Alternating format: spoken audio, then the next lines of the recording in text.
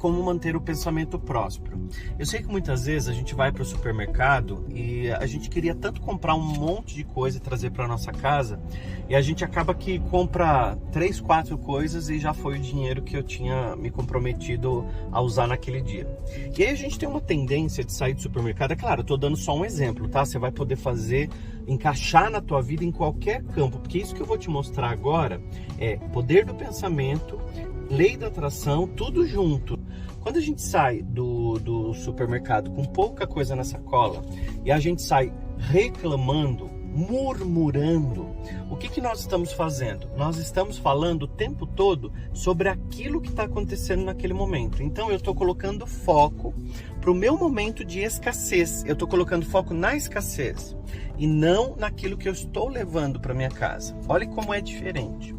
Quando eu saio do supermercado só com uma sacolinha e eu saio reclamando, meu dinheiro não dá pra nada, só uma sacolinha, meu Deus, a gente não consegue comprar mais nada, do jeito que tá, as coisas estão caras mesmo. É claro, as coisas estão caras mesmo, tá difícil mesmo, tá, não tô falando que não tá, ninguém tá fazendo aqui uma visão poliana pra você.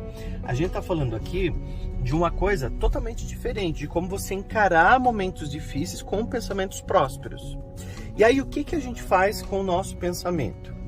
Quando a gente vai saindo do supermercado só com uma sacolinha, a gente olha para a nossa sacola e nós trabalhamos um sentimento muito forte dentro do nosso peito, que é agradecer aquilo que a gente conquistou.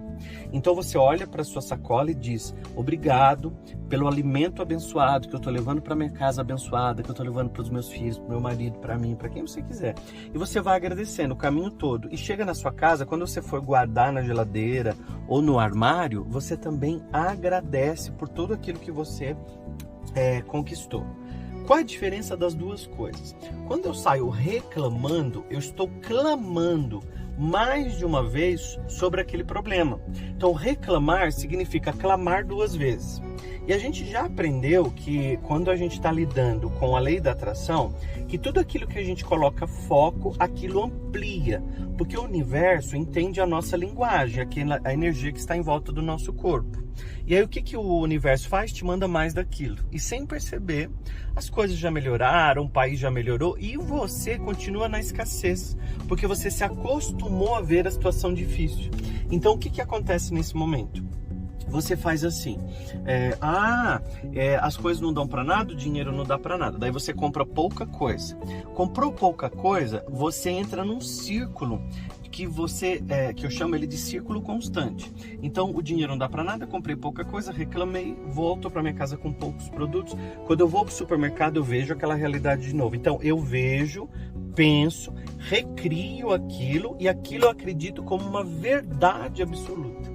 Então é possível que a gente também crie na nossa vida crenças ainda nessa época, sabe, gente? Porque às vezes a gente acha que crença é só da infância, que crença é hereditária, mas não.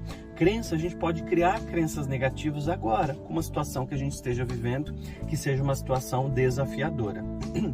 Então, esse exercício, eu peguei uma cena de supermercado.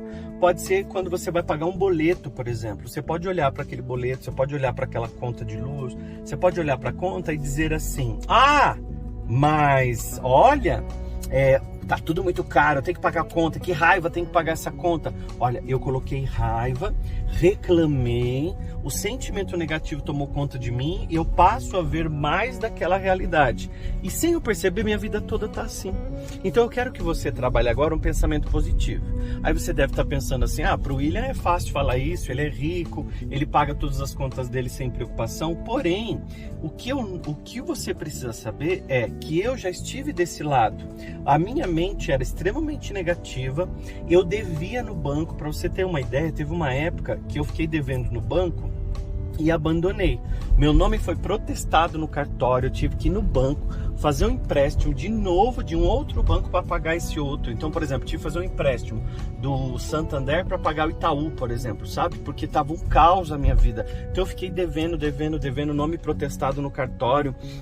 E a minha mente era só de escassez, eu ficava o tempo todo assim: só comigo acontece isso, na minha vida nada dá certo, o meu dinheiro não dá pra nada. E as pessoas do meu lado, elas afirmavam aquilo. Porque a gente tem pessoas que ainda afirmam aquilo que a gente fala, né? Tem pessoas que usam frases do tipo, é isso mesmo, veja, a nossa família toda é pobre, todo mundo tá com dificuldade. Então quem tá falando pra vocês é um terapeuta que já teve uma mente negativa e aprendeu a trabalhar com a mente da prosperidade.